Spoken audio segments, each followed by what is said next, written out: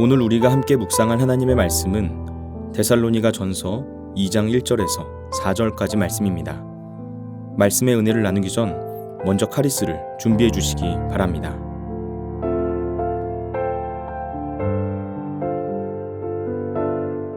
형제들아, 우리가 너희 가운데 들어간 것이 헛되지 않은 줄을 너희가 친히 아나니, 너희가 아는 바와 같이 우리가 먼저 빌립보에서 고난과 능욕을 당하였으나 우리 하나님을 힘입어 많은 싸움 중에 하나님의 복음을 너희에게 전하였노라. 우리의 권면은 간사함이나 부정에서 난 것이 아니요 속임수로 하는 것도 아니라 오직 하나님께 옳게 여기심을 입어 복음을 위탁받았으니 우리가 이와 같이 말함은 사람을 기쁘게 하려 함이 아니요 오직 우리 마음을 감찰하시는 하나님을 기쁘시게 하려 함이라. 아멘.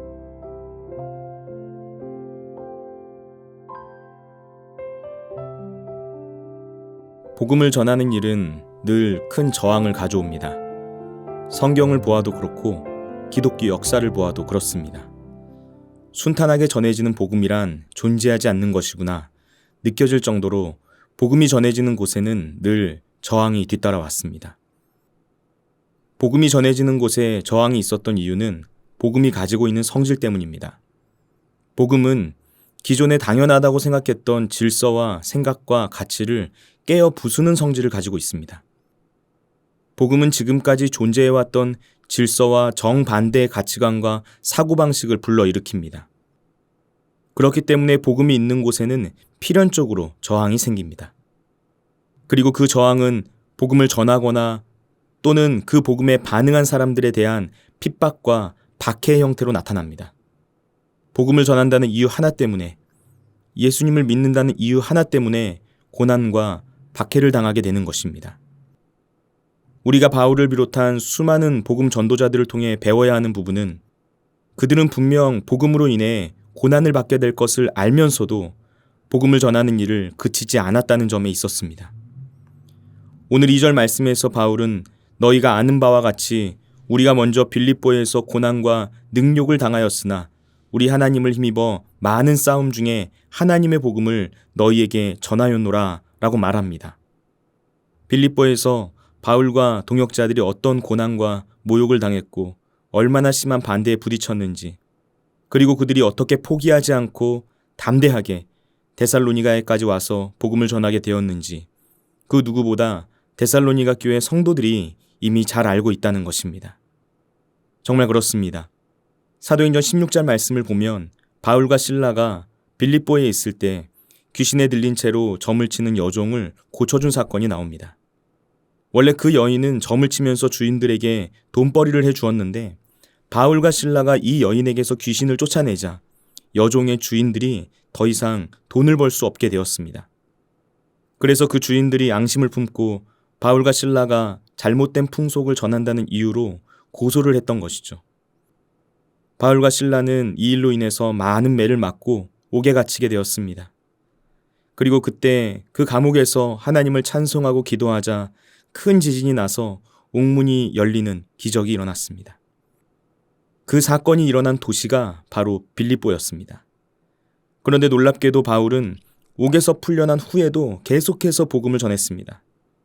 빌립보에서 그런 어려움을 겪었음에도 불구하고 복음 전하는 일을 중단하지 않고 데살로니가로 가서 복음을 전했고, 그래서 세워지게 된 교회가 데살로니가 교회입니다. 데살로니가에 왔을 때 핍박이 없었던 것이 아닙니다. 바울은 그곳에서 유대인들로부터 핍박을 받아야 했습니다. 그러나 이 모든 어려움에도 불구하고 바울은 복음을 전하는 일을 포기하지 않고 하나님의 사명을 감당하는 일을 멈추지 않았습니다. 데살로니가 교회가 세워지게 된 과정에는 이런 스토리가 있었던 것이죠.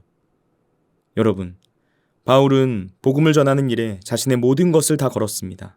아니, 모든 복음 전도자들이 다 그랬습니다. 그들은 복음이 우리에게 무엇을 가져다 주는지, 복음이 주는 영원한 생명의 가치를 알았습니다. 복음이 우리에게 어떤 기쁨과 축복을 주는지 너무나도 잘 알고 있었습니다. 그래서 한 영혼을 살리는 일에 열심을 내었던 것이죠. 복음을 전하는 일에 자신의 모든 것을 다 내던진 것입니다. 그런데 참 아이러니합니다. 그렇게 복음을 전하는 삶에는 사람의 힘과 능력으로는 도저히 견디기 어려운 무거운 십자가를 져야 하는 일들이 뒤따라왔기 때문입니다. 분명 복음은 그것을 듣는 자들에게 생명과 큰 기쁨과 축복을 줍니다. 그런데 그것을 전하는 사람들에게는 그에 비견될 만한 고난이 뒤따라왔습니다.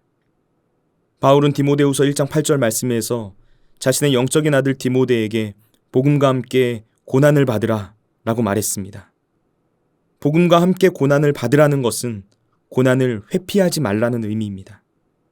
디모데후서는 바울이 쓴 서신서들 중에서 가장 마지막에 쓴 편지입니다. 바울은 자신의 복음 전도 사역을 뒤돌아보면서 비로소 알게 되었던 것 같습니다. 복음을 전하는 길에 필연적으로 고난이 따르게 된다는 사실을 말입니다. 그래서 디모데에게 복음과 함께 고난을 받으라 말했던 것이죠. 성경을 읽어보시기 바랍니다. 성경에 나오는 수많은 믿음의 사람들, 복음을 전하는 일꾼들의 모습을 주의 깊게 살펴보시기 바랍니다. 구약시대나 신약시대나 그 어떤 믿음의 사람도 평안하고 안일하고 부요한 생활을 하면서 복음을 전했다고 기록되어 있는 내용을 찾아볼 수가 없습니다. 특별히 사도행전에 나오는 모든 그리스도의 증인들을 보면 그들의 발걸음은 늘 고난과 핍박으로 얼룩져 있었습니다. 복음을 전하는 삶에는 반드시 고난이 따랐다는 것이죠.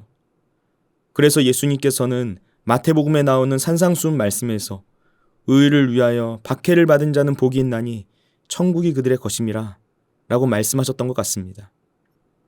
오늘 말씀을 다시 한번 읽어보시기 바랍니다. 이런 고난과 박해 가운데서 꿋꿋하게 복음을 전하는 바울의 진심이 무엇인지, 그가 어떻게 고난과 박해 가운데서도 복음을 전할 수 있었는지 그 솔직한 심정을 느낄 수 있습니다. 3절과 4절 말씀입니다. 우리의 권면은 간사함이나 부정에서 난 것이 아니요 속임수로 하는 것도 아니라 오직 하나님께 옳게 여기심을 입어 복음을 위탁받았으니 우리가 이와 같이 말함은 사람을 기쁘게 하려 함이 아니요 오직 우리 마음을 감찰하시는 하나님을 기쁘시게 하려 함이라. 우리는 이 말씀 속에서 바울이 그 많은 고난과 핍박 가운데서도 한 영혼을 사랑할 수 있었던 이유가 무엇인지 알 수 있습니다.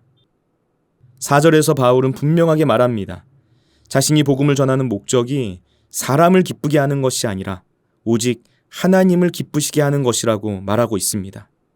바로 이것이 바울이 그 모든 고난과 환난 중에서도 사명을 감당할 수 있었던 이유입니다. 만약 우리가 하나님의 사명을 감당하며 나아갈 때 사람의 인정과 칭찬을 구하며 그 일을 하고 있다면 어려움이 찾아올 때 금방 무너지게 될 것입니다. 그러나 우리가 사람의 인정과 칭찬이 아니라 오직 하나님의 인정을 구하고 또 하나님을 기쁘시게 하는 선택을 한다면 우리는 그 어떤 어려움에도 흔들리지 않을 수 있을 것입니다. 하나님의 기쁨이 되는 일이 목적이 되면 우리는 담대해집니다. 모든 사람이 다 좋다고 해도 그 길이 하나님의 길이 아니라면 단호하게 거절할 수 있습니다.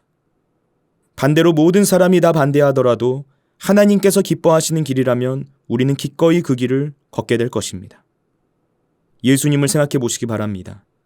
예수님께서 오병이어의 기적을 일으키자 수많은 사람이 예수님을 왕으로 삼으려고 했습니다. 하지만 그때 예수님은 그 무리들의 요청을 뒤로하고 홀로 산으로 올라가 하나님 앞에서 기도하셨습니다. 십자가의 길을 걸어갈 땐 어땠습니까? 수많은 사람이 예수님을 비난하고 조롱했습니다. 하지만 그 길은 하나님께서 걸어가라 말씀하신 길이었기 때문에 온갖 수치와 모욕에도 불구하고 꿋꿋하게 그 길을 걸어가신 것입니다. 예수님은 그 어떤 상황 앞에서도 늘 하나님 앞에 서 있으셨습니다. 하나님 아버지의 기쁨이 되는 일을 행하신 분이 바로 우리가 따라가야 할 예수님이었다는 것입니다. 여러분, 우리는 지금 누구 앞에 서 있습니까? 우리가 서 있는 사명의 자리에서 사람을 기쁘게 하려고 하고 있습니까? 아니면 하나님을 기쁘게 하려고 하고 있습니까? 하나님은 우리의 마음을 감찰하시는 분이십니다. 그 하나님 앞에 우리 마음의 중심을 비추어 볼 필요가 있습니다. 하나님을 기쁘게 하는데 인생의 초점을 맞추시기 바랍니다. 그러면 그 어떤 어려움이 찾아와도 하나님께서 주신 사명을 기쁨으로 여기면서 영원한 하나님 나라를 바라보며 살아갈 수 있게 될 것입니다. 기도하겠습니다. 우리를 사랑하시는 하나님 아버지, 언제나 어디서나 우리를 붙드시는 주님을 신뢰하길 원합니다. 나의 힘과 능력이 아니라 우리와 함께 하시는 주님을 의지하며 살아가길 간절히 소망합니다. 사람을 생각하고 사람을 의식하며 살아가는 존재가 아니라 오직 하나님 아버지 한 분만을 바라보며 주님의 기쁨이 되는 삶을 살아가길 원합니다. 주님의 기쁨이 될 수 있도록 우리의 걸음을 인도하여 주옵소서. 데살로니가 교회 성도들처럼 신실하고 아름다운 신앙을 가질 수 있도록 우리를 붙잡아 주옵소서. 우리에게 복음을 전해준 복음 전도자들에게 소망과 기쁨과 자랑의 면류관이 될 수 있도록 우리의 믿음을 굳건하게 하여 주옵소서. 우리 또한 복음의 씨앗을 뿌리고 좋은 열매를 거둘 수 있도록 은혜를 베풀어 주옵소서. 오늘도 우리와 함께 하시는 예수님의 이름으로 기도드립니다. 아멘. 하늘에 계신 우리 아버지, 아버지의 이름을 거룩하게 하시며 아버지의 나라가 오게 하시며 아버지의 뜻이 하늘에서와 같이 땅에서도 이루어지게 하소서.